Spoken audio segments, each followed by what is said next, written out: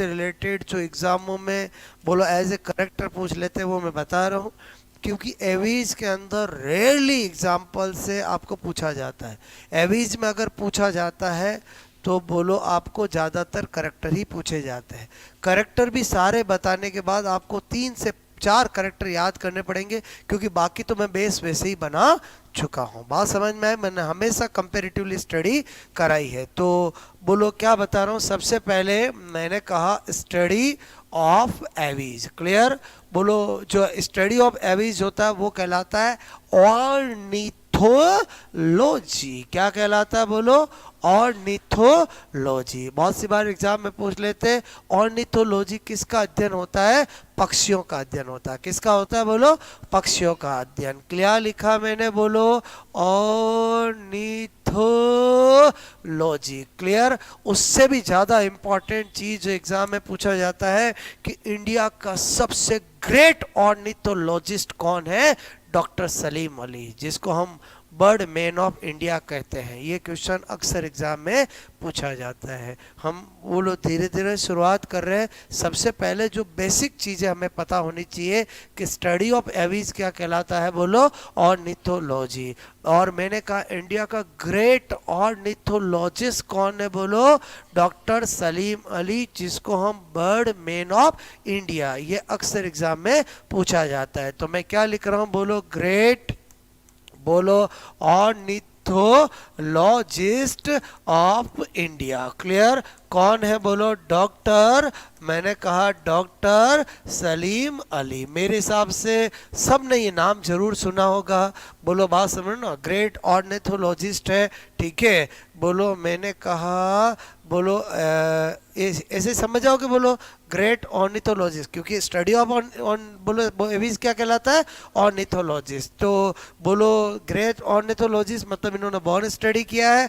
और तीसरा क्या बता रहा हूँ? डॉक्टर बोलो सलीम अली। क्लियर? बोलो को क्या माना जाता है? Bird man of India. Clear? क्या माना जाता है? Bird man of India. बात समझ में आए बोलो? ठीक है? बोलो कहा जाता है, ये भी एग्जाम में क्वेश्चन पूछा जाता है। बर्ड मैन ऑफ इंडिया किसको माना जाता है बोलो? Doctor Salim Ali. Clear? Okay, तो 3 बातें तो बिल्कुल बेसिक बताई मैंने। ओके, उसके बाद स्टार्ट करते टॉप टू बॉटम। हमें पक्षी के बारे में सारा जानना है। ठीक है? तो मैंने कहा पक्षी जो होते हैं बोलो उनके अंदर क्रेनियल नर्व कितनी होती है?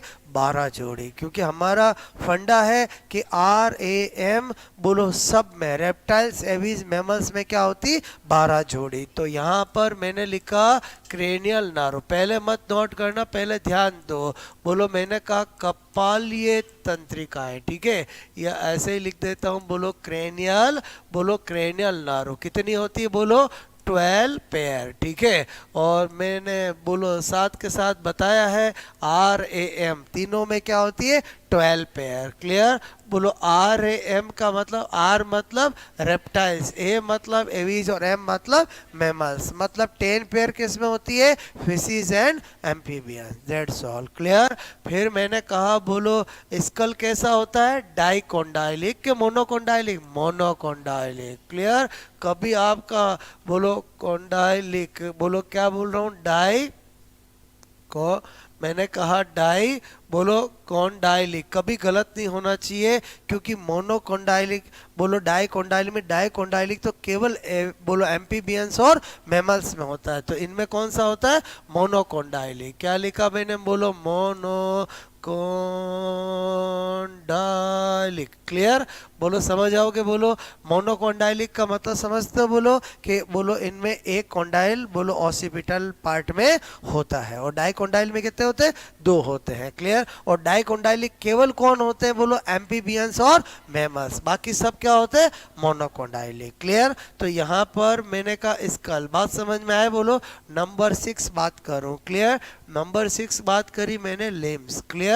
तो अब मैंने कहा बोलो फोर लिम्स। क्लियर? तो फोर लिम्स जो होते हैं वो मैं क्या लिख रहा हूं बोलो? मॉडिफाइड बोलो इन विंग्स। क्लियर? बोलो क्या बोला मैंने?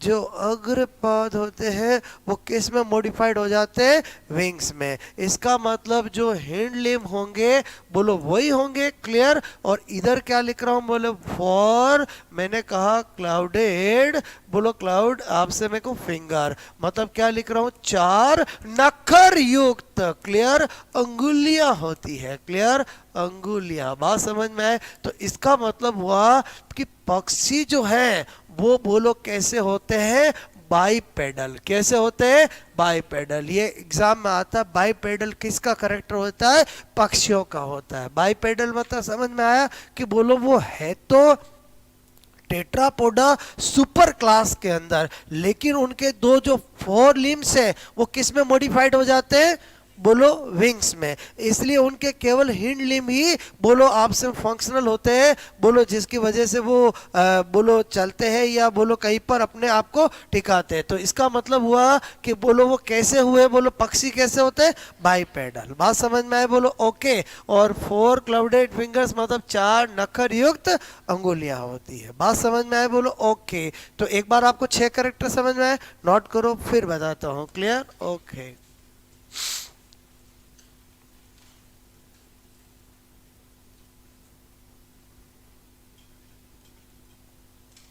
पक्षियों का अध्ययन, ठीक है,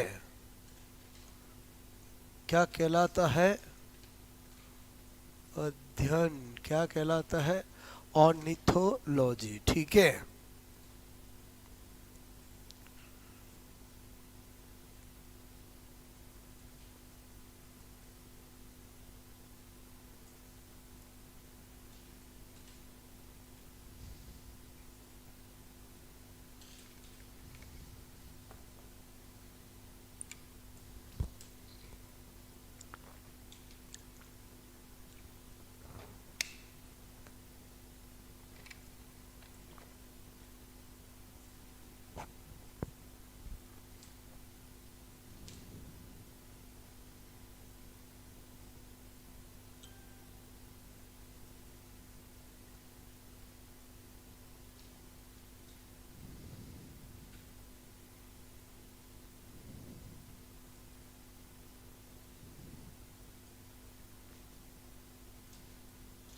ओके, नेक्स्ट करूं मैं, बोलो, ठीक है।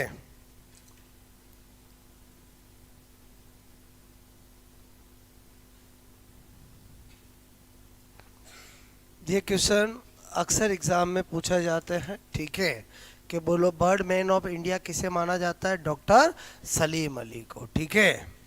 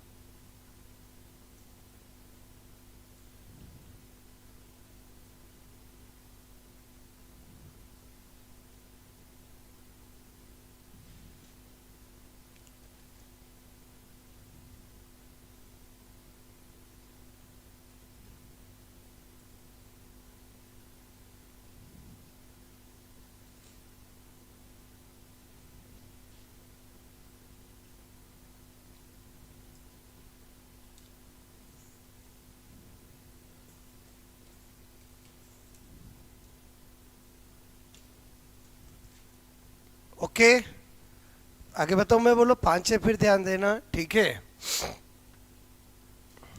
ये तो आप समझ गए, बोलो अग्रपाद, बोलो पश्चपाद, ठीक है। बात समझ में आई, ये मैंने कहा पंखों में रूपांतरित, ठीक है, रूपांतरित, 4 नखरुत उंगलियां, बात समझ में आया बोलो ओके। तो आगे बात करूं मैं बोलो, यहाँ तक नोट किया, वापस ध्यान देना ठीक है। नंबर 7, मैंने कहा इनका जो माउथ होता है, मुंह होता है, वो चोंच में रूपांतरित होता है। कभी पक्षियों को प्यार से देखा कि नहीं देखा बोलो, क्लियर बोलो, बात समझना। पक्षियों का मुंह किस में मॉडिफाइड होता है? चोंच में, ठीक है। मैंने कहा चोंच में रूपांतरित, ठीक है, रूपांतरित, ओके। क्या कह सकता हूं मैं बोलो? मॉडिफाइड, ठीक है, इन बीक, क्लियर बोलो, बात समझ जाओगे बोलो, मॉडिफाइड इन बीक। अच्छा, नंबर 9, पक्षियों के शरीर पर फेदर फर पाए जाते बोलो, और होते कि नहीं होते बोलो। कभी पक्षी को कभी सहलाया कि नहीं सहलाया बोलो आपने, ठीक है। का टाइम है आपके पास, क्या बोल रहा हूँ बोलो। मैंने कहा बर्ड्स के, आपसे मैं कहूँ शरीर बोलो बॉडी, ठीक है, पर मैंने कहा फर, ठीक है, बोलो आपको मैंने कहा उपस्थित होते हैं, ठीक है, बोलो फेदर उपस्थित होते हैं।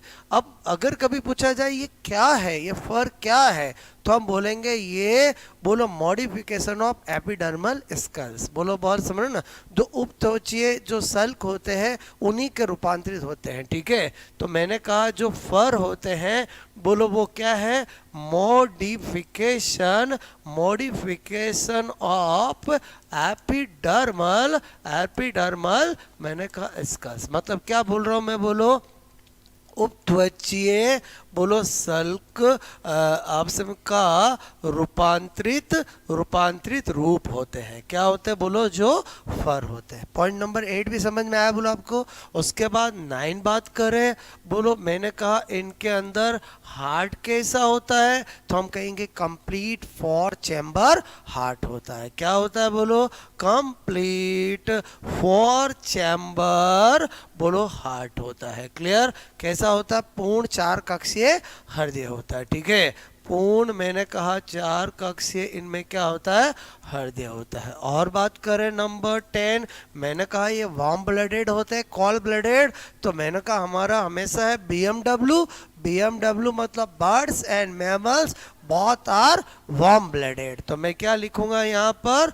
वार्म ब्लडेड, होमो बोलो वार्म ब्लडेड, बोलो वार्म ब्लडेड का मतलब body temperature according to temperature change होता है कि नहीं होता है?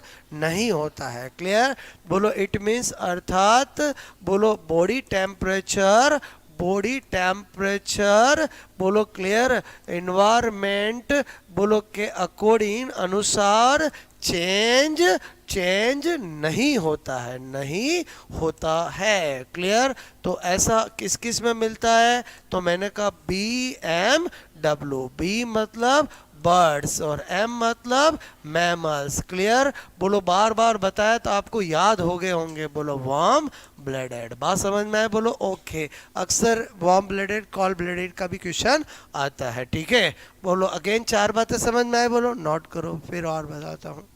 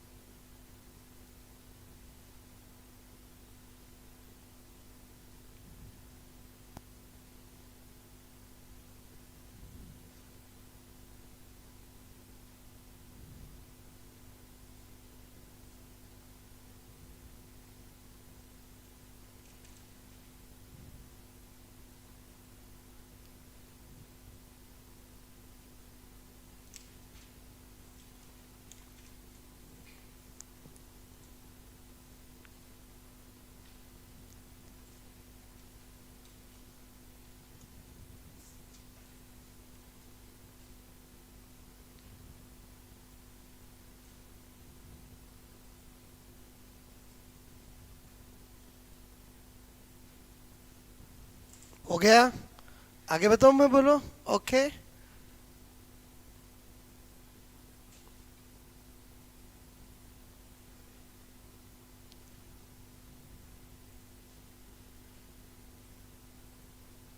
बॉडी टेम्परेचर वातावरण के अनुसार, ये तो शॉर्ट में लिखा मैंने, बोलो अनुसार चेंज, ठीक है,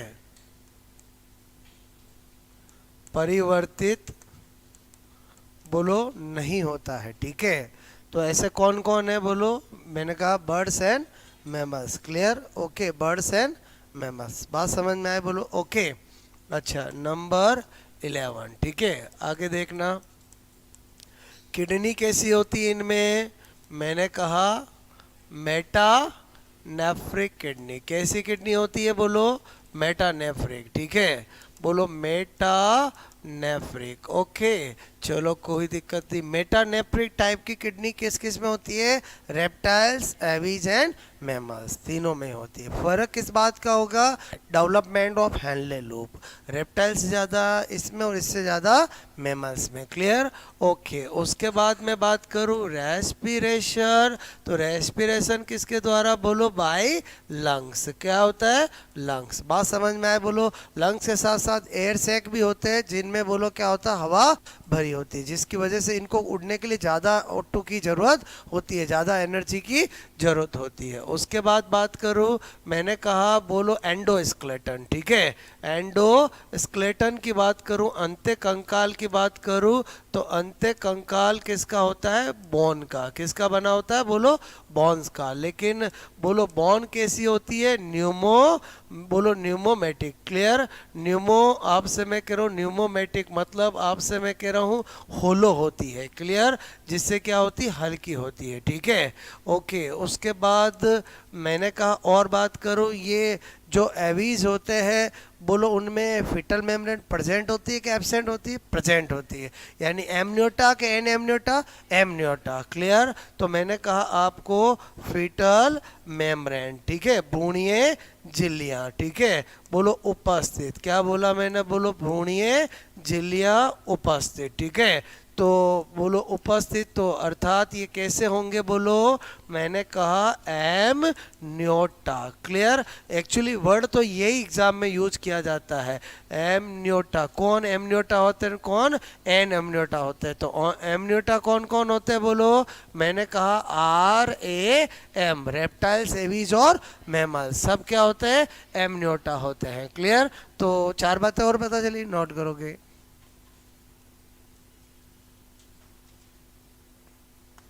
इधर का तो नोट कर ही लिया था बोलो आपने, ठीक है।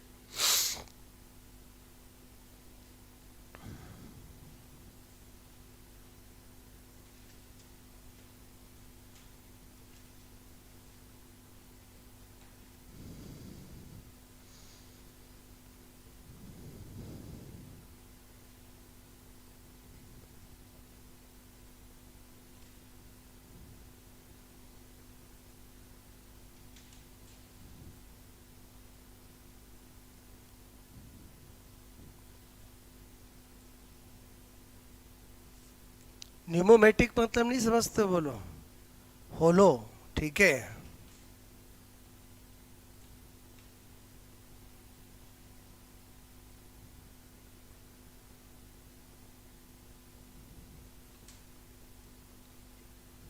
या इसको ऐसा लिख दो, पी साइलेंट है, न्यूमेटिक बॉन्ड, क्लियर? क्या लिखा मैंने?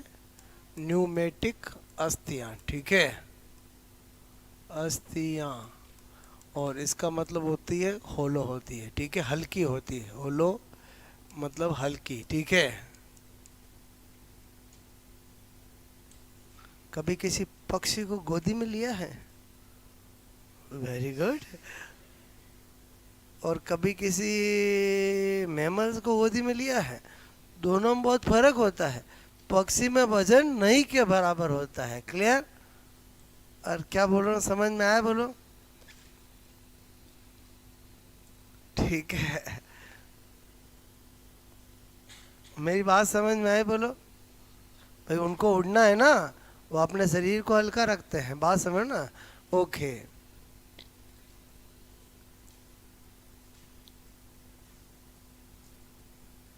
या तो किया नोट बोलो और बताओ मैं बोलो, ठीक है। इधर देखो नंबर 15, मैंने कहा जो बर्ड्स हैं, ठीक है, का विकास किससे हुआ है? रेप्टाइल से। किससे हुआ है? रेप्टाइल से हुआ है। क्लियर? इसलिए बहुत इंपॉर्टेंट चीज बता रहा हूं, इसलिए बोलो एवीज को ग्लोरीफाइड रेप्टाइल्स कहते हैं। क्या कहते हैं बोलो?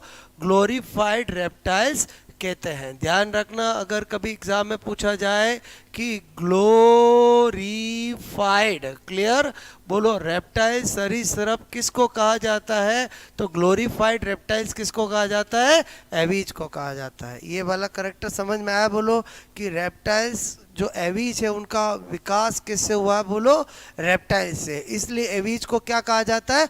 ग्लोरीफाइड रेप्टाइल्स कहा जाता है। ठीक है। नंबर 16 क्या बता रहा हूं?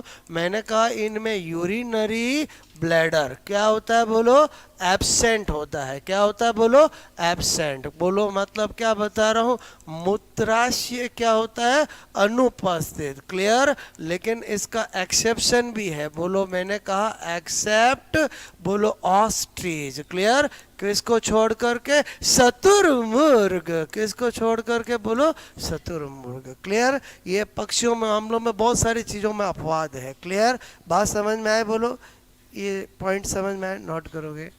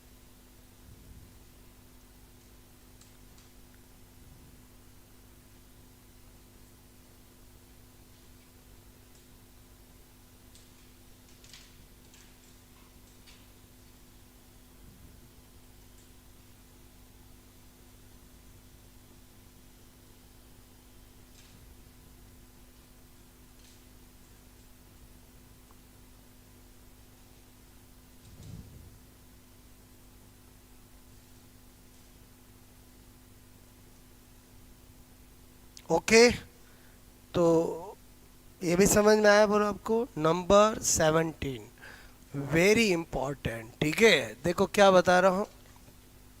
इनमें क्या होता है? क्लेविकल और इंटरक्लेविकल बोन मिल करके, बोलो मिल करके, बोलो एक बॉन्ड बनाती है जिसको बोलते हैं फर्कुला या विस बॉन्ड या मेरी थॉट बॉन्ड। क्लियर?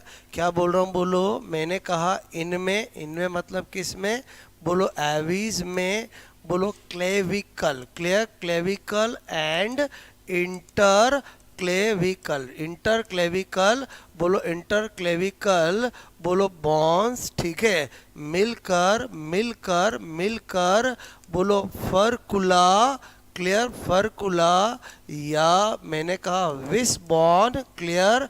या फर्कुला बॉन, विस बॉन, या इसको बोलते हैं मेरी मेरी थॉट। क्लियर? बोलो मैंने कहा थॉट बॉन। क्लियर? बॉन बोलो बनाते हैं। ठीक है। और ये जो बॉन होती है जिसको हम फर्कुला बॉन कहते हैं, विस बॉन कहते हैं, मेरी थॉट बॉन कहते हैं, इसका वर्क क्या होता है कि ये जब पक्षी जब भी उड़ते हैं तो उनकी डायरेक्शन चेंज करने में ये हेल्प करती है। बात समझ ना? तो मैंने कहा हेल्प इन, बोलो डायरेक्शन। ठीक है, बोलो डायरेक्शन। आपसे मैं कह रहा हूँ हेल्प इन, हेल्प इन, मैंने कहा चेंज ऑफ डायरेक्शन। ठीक है, डायरेक्शन एट द, बोलो आपसे मैं कहूँ टाइम, ठीक है, ऑफ, बोलो मैंने कहा क्या? बोलो फ्लाइंग। बात समझ में आए? बोलो कि उड़ते समय, ठीक है, उड़ते समय, बोलो उड़ते समय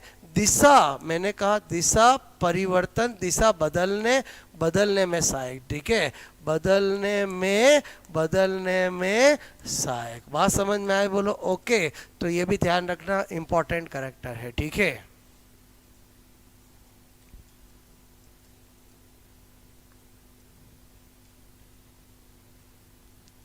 मतलब क्लेविकल और इंटर क्लेविकल बोन मिलकर, मिलकर मतलब फ्यूज होकर, क्लियर।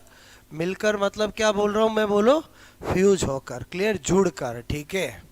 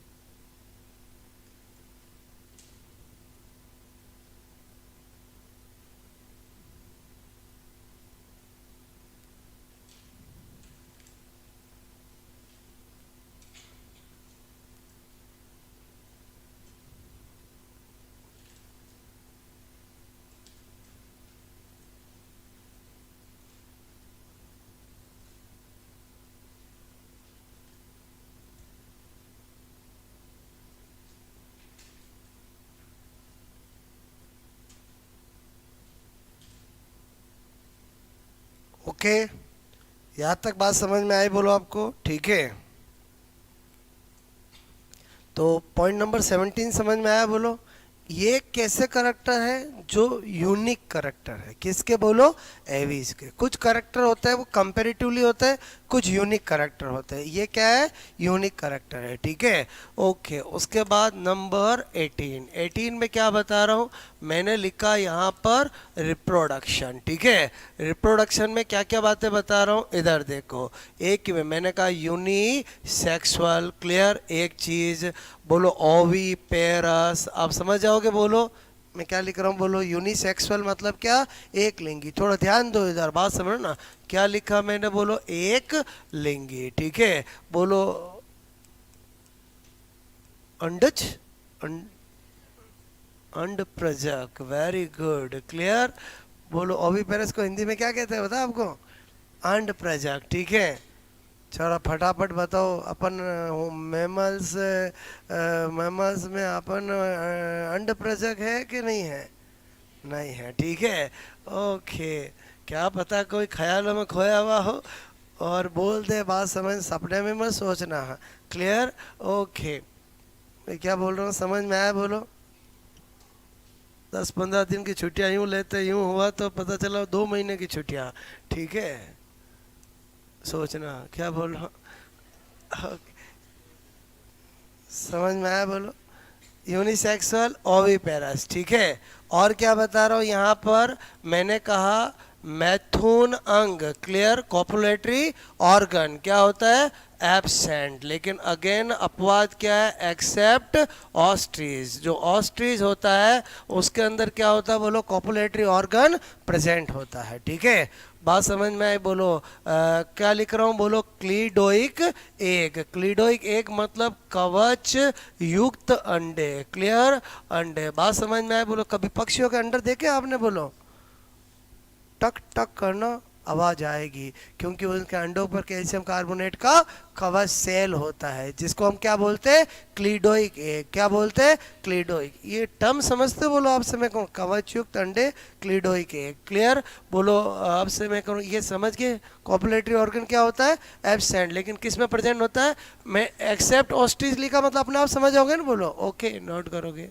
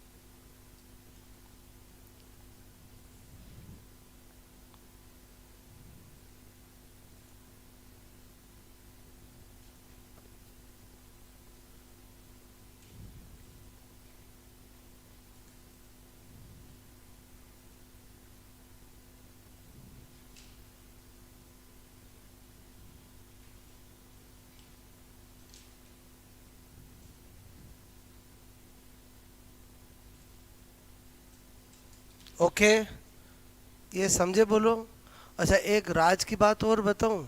आपने कभी कबूतर जाना, कबूतर जो होता है, ध्यान रखना, पिजन कबूतर और कबूतरी दोनों में मिल सीक्रेशन होता है। क्या बोल रहा हूँ, मतलब एकमात्र ऐसा पक्षी कबूतर जिसमें मिल सीक्रेशन मेल और फीमेल कबूतर और कबूतरी दोनों द्वारा किया जाता है। क्लियर? क्या बोल रहा हूँ, समझ में आया बोलो? सरप्राइज हो रहा है? मैं क्या बोल रहा हूँ समझ में आया बोलो? क्लियर? इसीलिए आप देखोगे कि कबूतरियाँ ज़्यादा घूमती है। और समझे समझे बोलो? क्लियर? क्योंकि उनका आधा काम तो कबूतर ही कर देते हैं। ठीक है, तो आपको कभी पूछा जाए कि वो कौन सा पक्षी है जिसमें मिल सिक्रेशन मेल फीमेल दोनों करते हैं, तो कौन है बोलो? पिजन कबूतर। बात समझ में आया बोलो? ओके, तो नंबर 19 क्या बता रहा हूँ बोलो? कबूतर। बोलो मेल एंड फीमेल। ठीक है, ये क्वेश्चन बड़े बड़े एग्जामों में नेट लेवल तक पूछा गया है। बोलो मैं थोड़ा हंसी मजाक में क्यों बताता हूँ, ताकि आपको ध्यान रहे। क्लियर? बोलो और किसी में इस नज़र से मत देखना, केवल कबूतर। बात समझ में आए बोलो? कबूतर में मेल फीमेल दोनों में बोलो मिल्क सिक्रेशन, मिल्क सिक्रेशन। बोलो दुग्ध स्त्रावण। ठीक है, दुग्ध स्त्रावण बोलो होता है। ठीक है, दोनों में क्या होता है? दुग्ध स्त्रावण होता है। ठीक है, ध्यान रहेगा बोलो आपको? Okay, number 20। बात समझ में आए बोलो? ओके, इसको इम्पोर्टेंट लगाना। ठीक है, ध्यान रखना। नंबर 20 में क्या बात कर रहा हूँ? मैंने कहा बात करते आरबीसी, सब में करते हैं आरबीसी। जो बर्ड्स होते हैं, एवीज होते हैं, उनकी आरबीसी ओव्यूल होती है और न्यूक्लिएटेड होती है, मतलब अंडाकार और केंद्रक युक्त। क्या बोल रहा हूँ मैं बोलो? अंडाकार एंड मैंने कहा केंद्रक युक्त। क्लियर? बोलो मैंने कहा ओव्यूल शेप, बोलो एंड मैंने कहा न्यूक्लिएटेड। क्लियर? बात समझ में आई? जब हम हमारा मेमल्स का पढ़ेंगे तो हमारी बाई कॉनकेव और नॉन न्यूक्लिएटेड होती है। बात समझ में आए बोलो? ओके, तो आई थिंक मैंने कितने करेक्टर बताया बोलो? 20। बात समझ में आए बोलो? यहाँ तक करेक्टर समझ में आया बोलो? बोलो कुछ और करेक्टर और क्लासिफिकेशन पर नेक्स्ट क्लास में देखेंगे। एक बार 20 करेक्टर समझ में आया बोलो आपको? ओके।